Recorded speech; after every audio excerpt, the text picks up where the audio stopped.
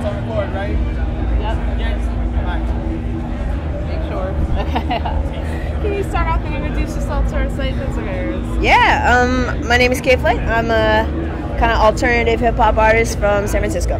Great. Well, thank you so much for joining me backstage here at Warped Tour. How are you enjoying the tour so far? It's been awesome. You know, I'd actually never really been to Warped Tour before playing it, so I'm kind of like taking in new experiences every day, but it's been really cool. That's good. How do you feel about the genre diversity that we see at Warped Tour? I think like no other tour really showcases as much genre diversity. Yeah, it's awesome. I think, it's a great place to discover new bands, and like even I play on the Beatport stage, and even that stage alone just has everything from like, Pacific Dub, which is like a reggae band, to, super kind of trap electronic music and kind of everything in between. So it's really cool, and it's cool talking to kids and kind of hearing about their experience at the tour and all the different bands they get to see.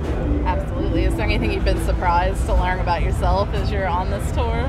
I'm doing better in the heat than I had anticipated. I normally do not like being hot.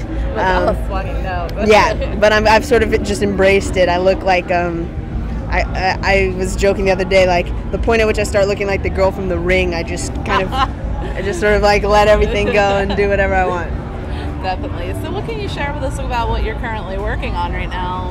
So I just put out a record 2 weeks ago, and it's technically my first full length, and I'm really excited about it. It's called Life as a Dog, and released it totally independently. I used to be on a label, but I left in the fall and kind of did this on my own. And do you feel that's the way to do it now?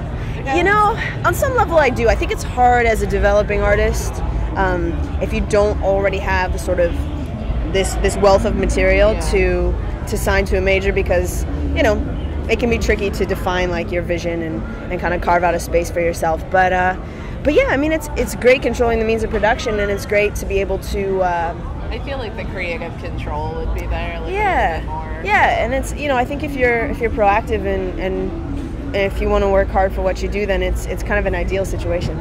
Absolutely. So can you take me in the recording process for the album, maybe one or two tracks in particular, and tell me what the mindset was like? Sure. Well, the second track on the album is called Make Me Fade, and it's actually kind of unique on the record because it's the only, it's a track that I didn't do any of the music for. So I was, two of my friends and I were all kind of in LA, and we're like, let's write, let's work on stuff together. And we all just got in a room and started making things, and really without any preconception of what we wanted to create, and ended up with this really cool kind of down-tempo vibey song that after we did it we were all like, kind of like that. It's amazing when it's like, I'll use that technical word, synergy comes together. To like, and the whole record was just kind of a very genuine collaborative effort. Everybody involved is somebody that I really respect and really like just spending time with. So it's really nice to be able to make music with people that you like and know are very talented. So that's one of the songs. And then another song is called Fever. It's the fifth song on the record, and that was actually the track that was sort of the moment at which I felt like I had a vision for the project as a whole. I kind of made the initial version of it in LA, and then went to New York and finished up the track with my friend Justin, and we actually did 4 of the songs together on the record. So yeah, it's just a really fun, really organic, really natural process. So you were surprised by which songs fans gravitate towards?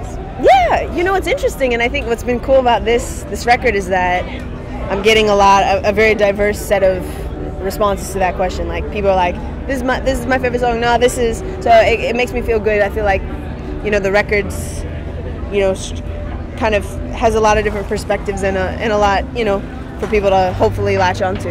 Absolutely. So after Warped Tour, what are your plans? Basically just continue touring on the record. We'll be out in the fall, and just trying to be as visible as possible. And I love playing live shows, so I think as much of that as I can do, generally speaking, the better. Awesome. Well, we definitely look forward to it. And thank you so much for taking a few minutes to speak with me. Appreciate it. Appreciate it. Yeah.